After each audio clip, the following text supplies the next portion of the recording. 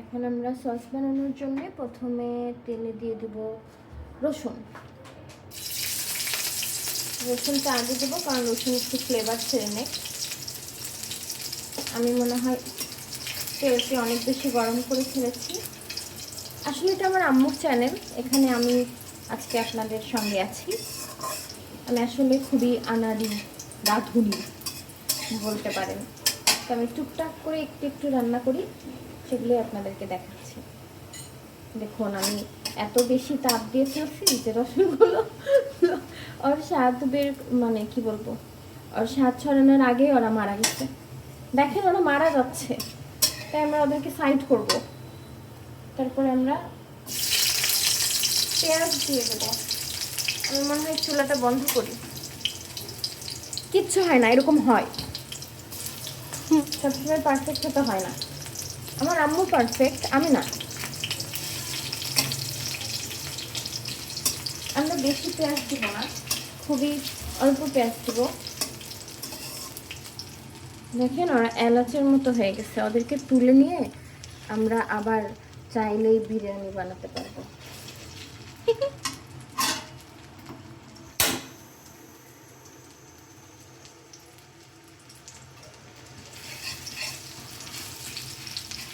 এখানে পেঁয়াজটা হতে থাকছে।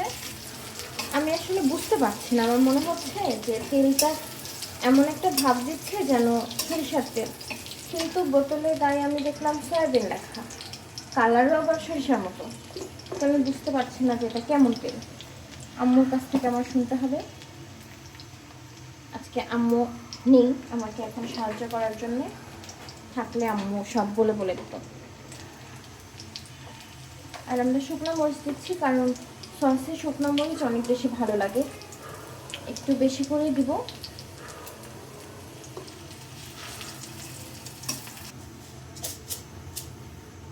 এখন একটু আমরা ডাল মশলা দিব।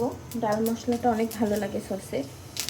আপনাদের দিকে দেন কিনা জানি না, তবে আমাদের এলাকায় তো ডাল মশলা খুবই পরিচিত একটা খাবার। বাবা রে বাবা, আপনারা হয়তো পাঁচফোড়ন বলেন। ও হ্যাঁ, এটা পাঁচফোড়নও বলে।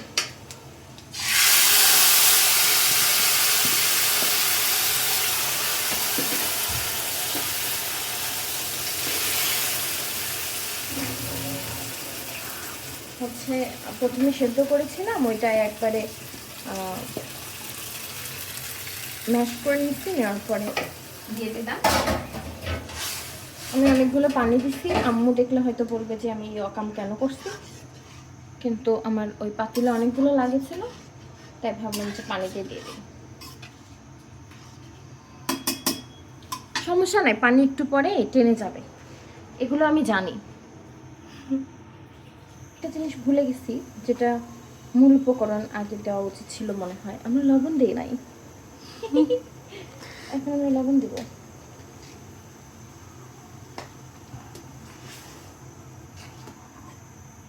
এরপর আমরা একটু চিনি দিব, এখন না আর একটু পরে,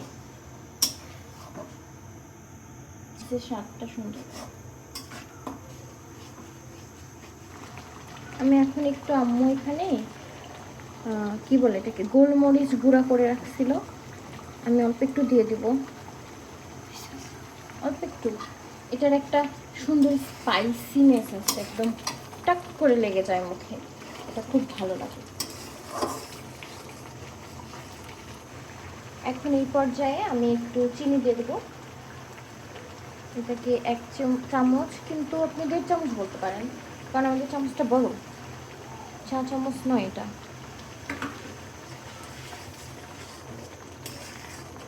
এই তো আর কিছুক্ষণ হবে, হওয়ার পরে এটা শেষ। আমি আপনাদের বাটিতে ঢালার পরে ফাইনাল লুকটা দেখাই দেবো। আজকের মতো এখানেই, বাই বাই।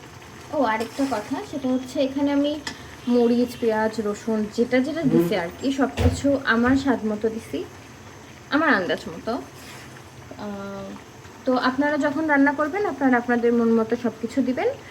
আর আসলে এই বাসায় আমার রান্না নিয়ে খুব একটা কেউ কোনো কিছু বলে না, কারণ আপনারা তো জানেন আব্বু আম্মু যা রান্না করবো তাতেই খুশি। আর আমার 2টা ছোট ভাই বোন আছে, হ্যাঁ, ওরা আর কি বলবে, ওরা কিছু বললে আমি ওদেরকে মারবো। ওদেরকে যে আমি রান্না করে খাওয়াচ্ছি এই তো মেলা।